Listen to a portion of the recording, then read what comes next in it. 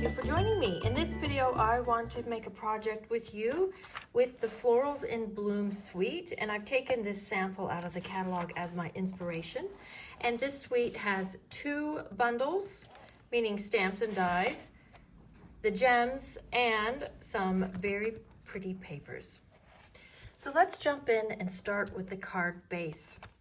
Now I just took some guesses on measurements, but I have cut a piece that is 3 1/4 inches by 10 3/4, and I'm scoring it at 3 1/2 and 7 1/4 inches. Now I have created just a very simple PDF that you can download for free. Just look at the link in the video description.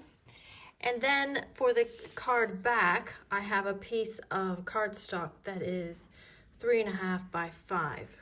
Okay, so basically we're just going to create kind of a faux envelope. And I wanted to add just a little bit of a pretty detail on this wraparound part. It's going to sit like this, and then these will wrap around. So I have got the Fancy Borders dies. Oops, I'm not going to use that one. I'm going to use this one. And I'll just use this one and die cut from this corner down to this corner, just to create a little bit of a nice edge. Okay, so we'll end up with something that looks like this. And then we just decide which way we like better. I think I'll put this one on top. Now for the assembly, I have a piece of the Florals in Bloom Designer Series paper, and I'm just gonna use that cloud cover side, and I'll put this on the back.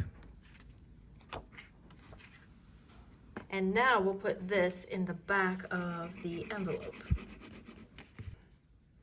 And you could pull it up a little bit if you wanted this a bit taller.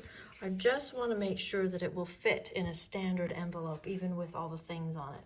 Now, these pieces I want to have sitting up a little. So I'm going to close them, but with dimensionals. And I won't go too close to the edge because I want to tuck those flowers in. But maybe like this.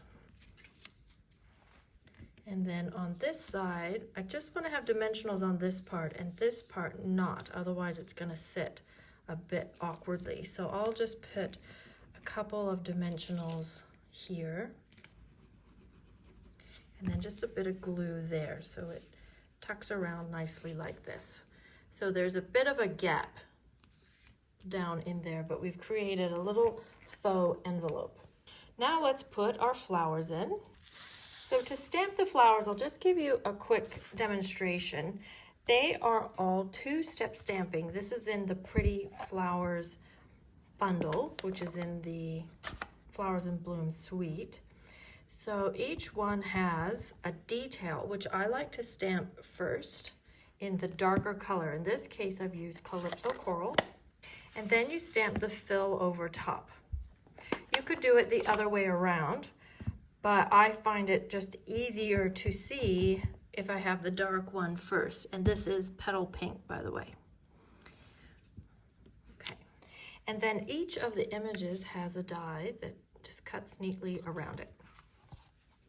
So I have cut all of those and gotten them ready. So now we just need to assemble.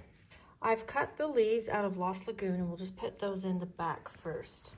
Now I do have them hanging off the edge just a little, which is partly why I wanted to make the card itself a little bit smaller than an envelope. So we have room to go outside the square, so to speak.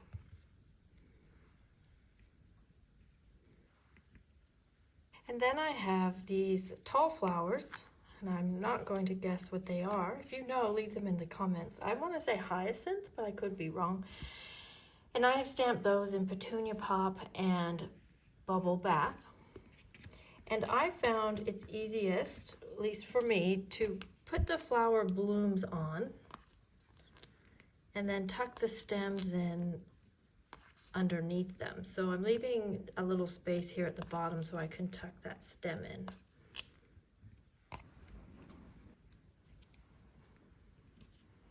And then these stems I have stamped and cut out in Mossy Meadow.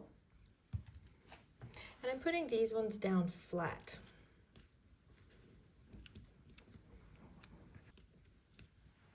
Okay, next I have these little daisies, and I have stamped these ones in crushed curry and darling duckling.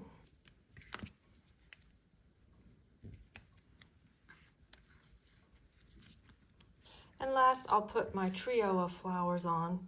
I've no idea what those are, and I've stamped these stems in Old Olive, so they are a little bit different color than these other ones.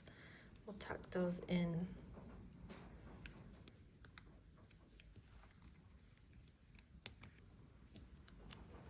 So we have a beautiful burst of flowers coming out of the envelope. Now let's add some ribbon.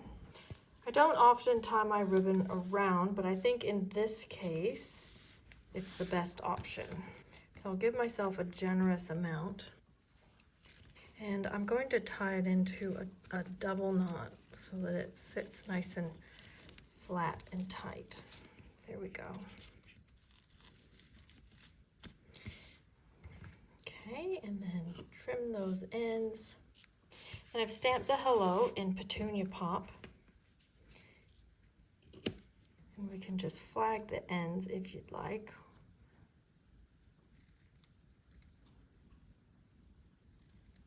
And to put the hole in the end, I find it's easiest if I make a little dot and then use the hole punch. This one comes in a trio. And then when you see the little dot through the hole, you know you're in the right spot. And then I like to put the tag on the project and then tie the linen thread through. So I'm folding it in half and putting the loop through the hole, and then put the tails through the loop, and that will knot it onto the little tag. Okay, and then I'll take this and take the two tails, put them under the bow, and then loop that around as well.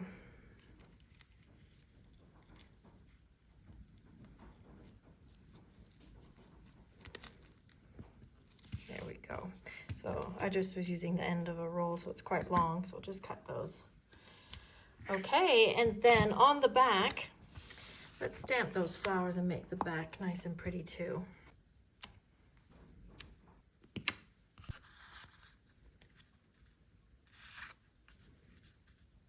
Now I could slip that over or under the ribbon. I'll put it over in this case. So you have a nice place to write.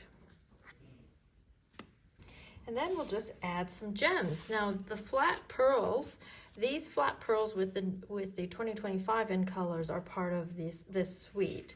But because of the stamping, I've actually used some of the 2024 in colors as well. I think I'll use the Darling Duckling. And there is our finished project. And here's one that I made earlier, and it was a bit bigger, so I sized it down just a little because I found I needed to put more flowers in, and then I felt like it was a little bit too busy. But you can, of course, change the sizes. And this one I have used a Blackberry Bliss card base. I have some other samples using the Flowers in Bloom suite to share with you as well. So here's one using all 5 of the 2025 in colors, using the Flowers in Bloom dies. And this is a similar layout, well, the same layout, but for this one I've used these stamps. So 2 looks with the same suite using the same colors. And for this project, I've used the Flowers in Bloom stamps and used a variation of the baby wipe technique just for a very pretty and simple watercolored card. And for this sample, I've actually used the Storybook Garden stamps, but I did use the dies with the words from the Flowers in Bloom suite. And this one has a fun little pull out. This card was actually designed by my daughter Sophie. So you can mix and match the words and the images with some other things that you might have in your stash. And this project was actually shared at a recent team event by Paula Reed. And it's just a little bit of a fun fold using the stamps and the papers and the dies. And then I've also got a link in the video description for a 12 project video class by the All-Star Design Team. And there's 12 of us, and each of us submitted a project. This is my project. So you'll receive a full video, measurements, and photos so you can complete all of the projects as well. So look for that link in the video description.